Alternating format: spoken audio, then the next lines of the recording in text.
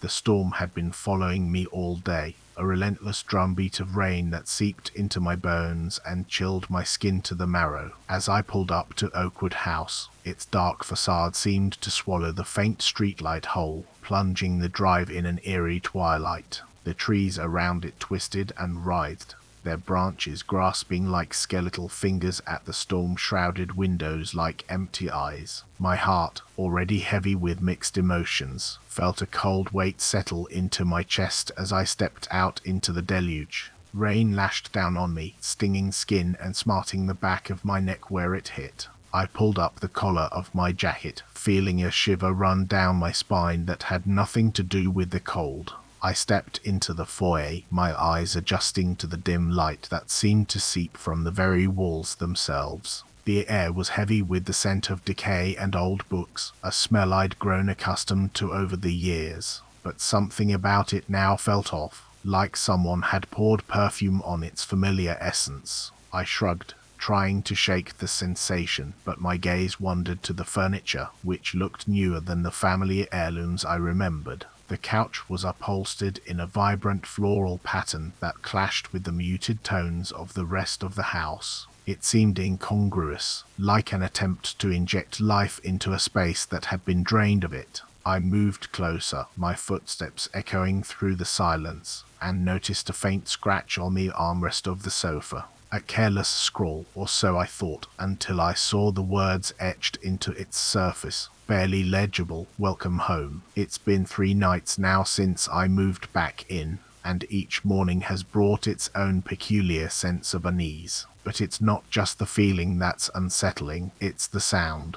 The whispers, always at 3 a.m, never loud enough to make out what's being said, only a soft susurration that sends shivers down my spine. At first, I told myself it was just the house settling, but as the days went by and the whispers persisted, I began to suspect otherwise. Still, I tried to convince myself it was nothing more than a figment of my own exhausted mind. Yet, every morning, I wake to that same haunting phrase, "You shouldn't be here." It's as if the house is watching me, waiting for me to make some kind of wrong move. I've tried to decipher the rhythm of the whispers, thinking it's just my mind playing tricks on me, a cruel game of cat and mouse with my own sanity. But there's no pattern, only an endless sea of white noise that seems to seep into every pore of my being. Yet, I wake each morning to that same phrase, "You shouldn't be here," echoing in my mind like a warning from a place that refuses to acknowledge me. The house is watching, waiting for me to make some kind of wrong move, and the whispers are its constant companion. Sometimes,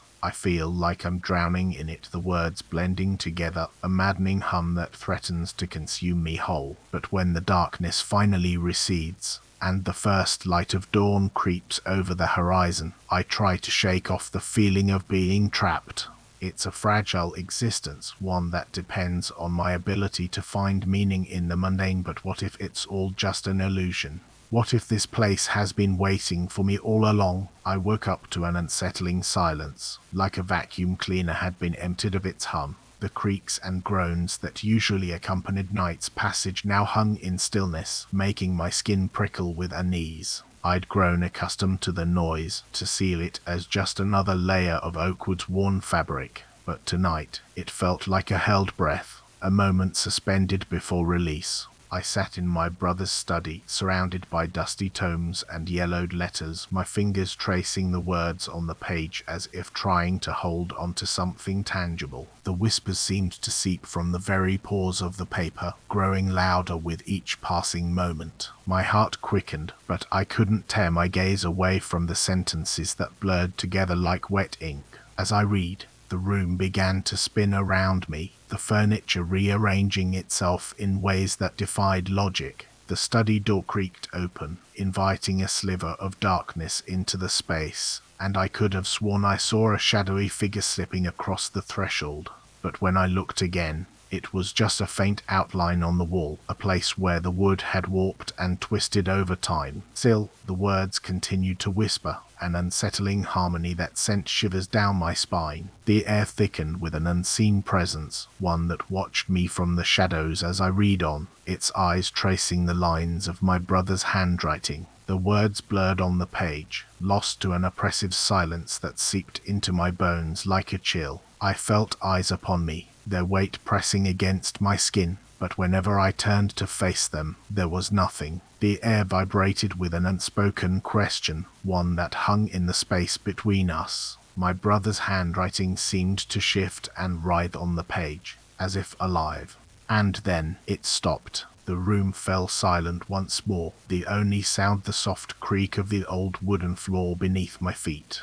I stood up, my eyes scanning the dimly lit room for any sign of movement or life. But there was nothing. No signs of recent habitation, no signs of anyone else ever being here. It was as if time had stood still in this one moment, leaving me frozen in place. And then, a cold whisper echoed through the space. I'm home now. I take my first steps forward, watching myself navigate the spaces I once knew, and in that moment, I understand the truth. This is who I was meant to be all along. The memories, they were never mine, but a projection of a life unlived. Every decision, every choice, every step I took away from this other version of me. It's as if my soul has been searching for its way back home, and now that it's found it, I'm free to finally rest.